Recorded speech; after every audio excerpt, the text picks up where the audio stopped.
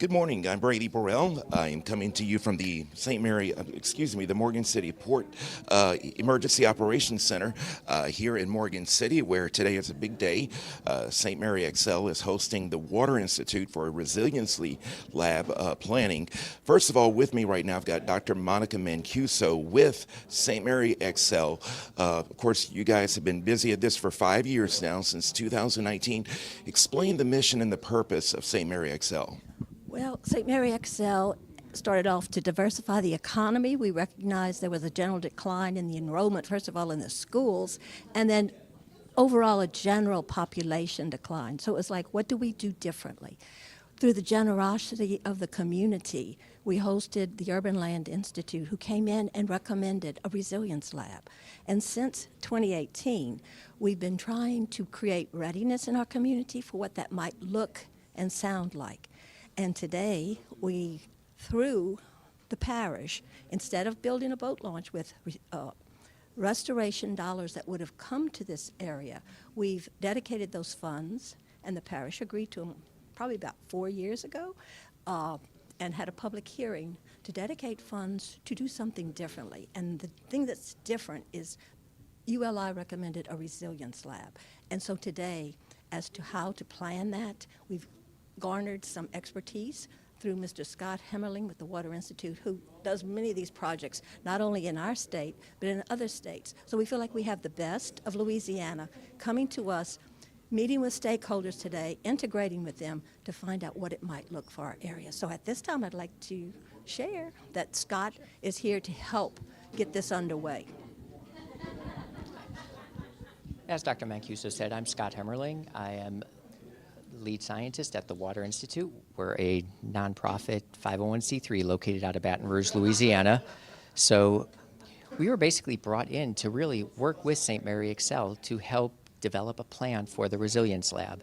So when the Urban Land Institute came in, they gave a very extensive report on the kind of past, present, and future of St. Mary Parish and Morgan City area. And one small part of this, they said, we need a resilience lab. And and we need to bring in the regional expertise from the universities, from business, from government, from industry, bring everyone together to help us decide what this lab should be and what it should look like. And basically, we're starting at kind of square one and bringing in all of those stakeholders here today to really help us define what the Resilience Lab will be. How can we create it? What will it look like? How can it be sustainable into the future? So. And I don't know about you, Scott, but I'm really excited about the people who've showed up today. They've come across a broad sector. We have industry here. We have municipalities here. We have CPRA here. We have the universities here. And I think collectively as a group, they're going to work and they're going to define. We even have the governor's office here, so that's really impressive. So I see Mayor Duval. I see the city will be coming, Morgan City, nonprofit, St. Mary XL, because it's really about economic diversification. And if this group can't do it, I don't know who else can. So we're excited. And we also want to make sure that this isn't a plan being developed by the Water Institute in Baton Rouge coming in and saying this is what the plan should be. The reason all the folks are here today is it's their plan.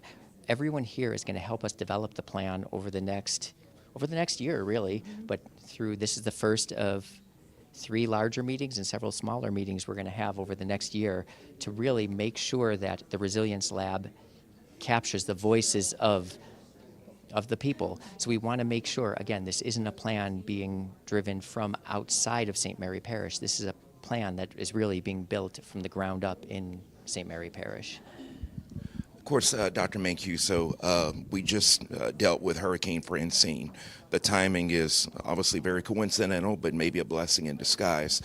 Maybe it revealed some vulnerabilities, but the timing of this, what can this do, especially in the wake of maybe hurricanes or other threats? It's going to really help us prepare better. I think Francine just kind of emphasized the need for what we're doing today, and we're ready to tackle the problem, the challenge. It's not a problem, it's a challenge, yes, and we're going to come out better because everyone's going to work together.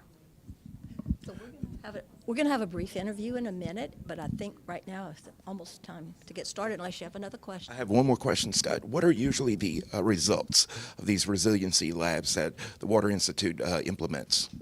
Well, we've done a lot of kind of resilience plans for municipalities, large cities, but for this one, it's going to be a strategic plan for the lab so basically, what will the lab do?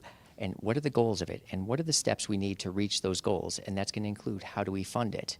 What are kind of the actionable steps that we can take to take that resilience lab from a high-level concept to something that's very concrete that we can actually go in and say, okay, step one, we know we have to do this.